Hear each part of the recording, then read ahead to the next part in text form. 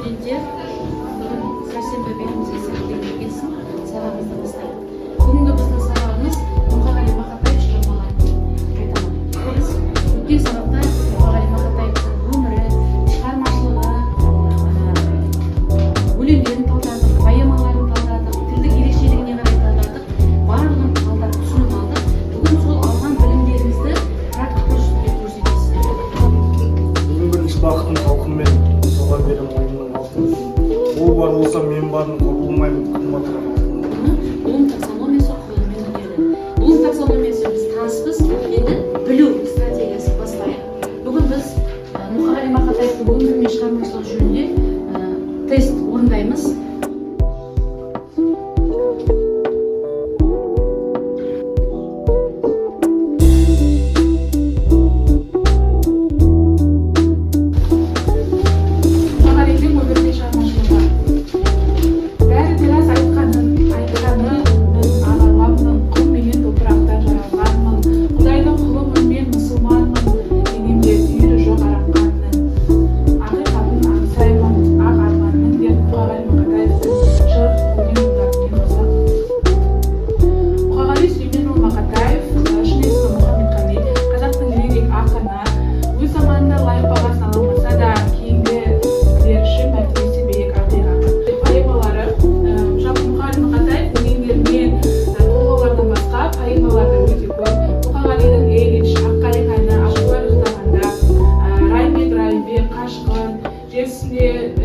Репортаж секілді көптеген поэма толғаулар бар.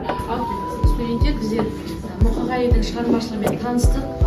Енді жалпы Мұқағалиді біз ақиық ақын дейміз,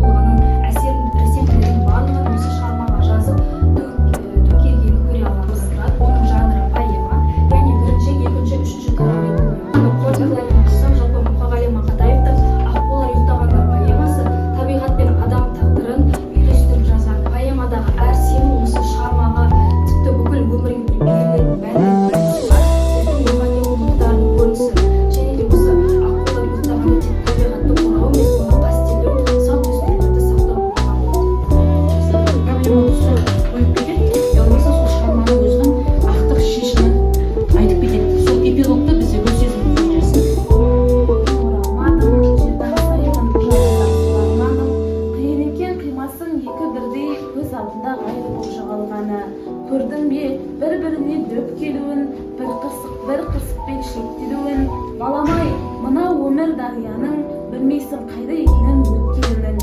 Аққулар, аңыз көп қой олар жайлы, көзімен көргеніңдей бола алмайды. Тек қана тыныштықта ұйықтайдылар, шошықса екіншілік оралмайды. Орнында кел, жетім көл жоғалмапты, ортаймапты, немесе туалмапты. Жағалауын жауыпты жасыл жалбыз, қасиетті аққулар оралмапты. Жалпы Райымбек поэмасы Мұқағали Мақатаевтың бір көрнекті поэмаларының бірі. Жалпы бұл поэмада ең бірінші басында осы Райымбек батыр туралы айтылады. Яғни ол өзінің жасына қарамай жауға қарсы тұрады. Осы арқылы бізге Мұқағали Мақатаев жастарға патриоттық сезімін сыйлайтын туынды ретінде ұсынған болатын. Жалпы біз осыны оқи отырып, еліміздің жерімізге деген патриоттық сезіміміз оянады.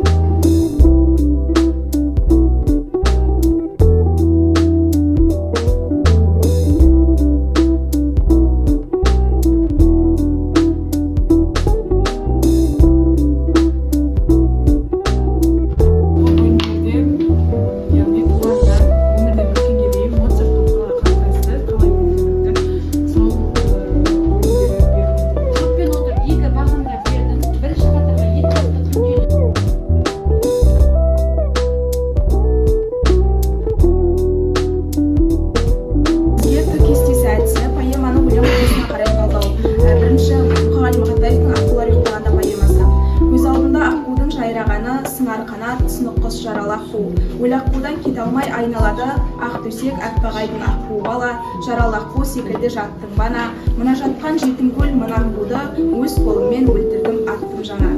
Бізде буын саны 11-12, буынақ 3, ұйқас төрт аралас ұйқас айдың поэмасы.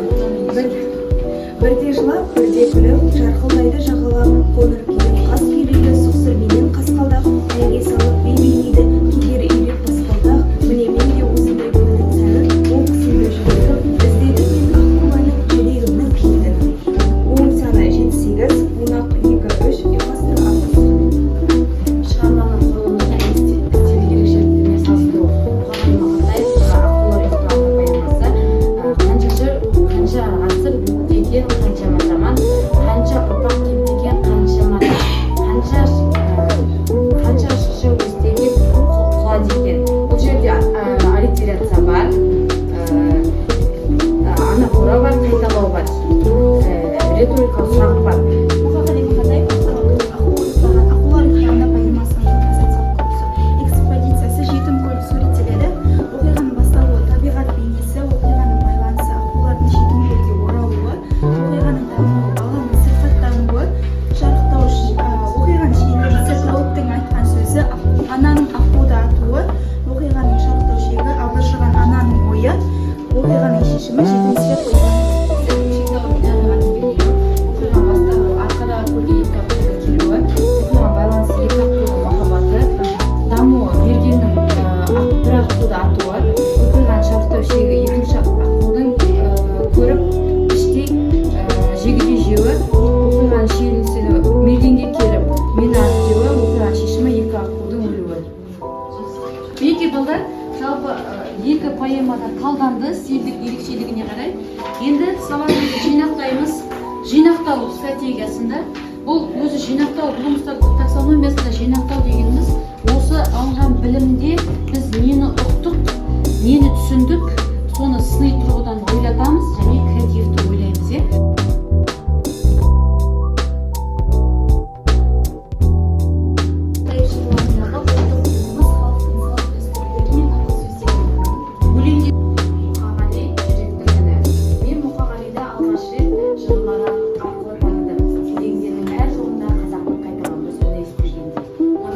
Мұқағали Мақатаевтың шығармашылығының тілдік ерекшелігі.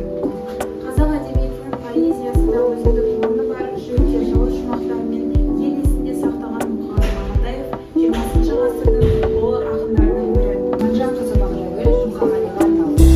Ақынсың ба, қайдан шықтың сен десін, мейлі жұртым мені ақын демесін. Жазғаныма сын айтып ұнатпасаң, кешіріңдер, Мұқағали емеспін. Мұқағали емеспін, сөйтіңдер айыпқа. Ұқсағым келетіні өтірік емес, лайықта. Қазағым, мен қаламымды ұстап, қағазым мен қаламымды ұстап алып, жазамын мен Мұқағали жайында. Жүрек жырын ақ параққа түсіргенмін, жырларынан сезім сырын түсінгенмін. Таратылған қайталанбас ақынсың, қалғандары қайталанған көшірме. Өткенің толы болды азапқа, жетеледім қазақ халқын ғажапқа. Тербеткен жүректі жыр жолымен, Мұқағали дара тұлға қазақта. Өлеңдерім жүрегімді тербеді, шабытымды жыр жолымен өңдеді. Өлеңімді дәл өзімде арнасам, қазағыма арналған ем дедім. Жақсы, рахмет. Бұл барысында біз әртүрлі бір ойда, сезімде отырдық. Солай ма? Себебі ол кісінің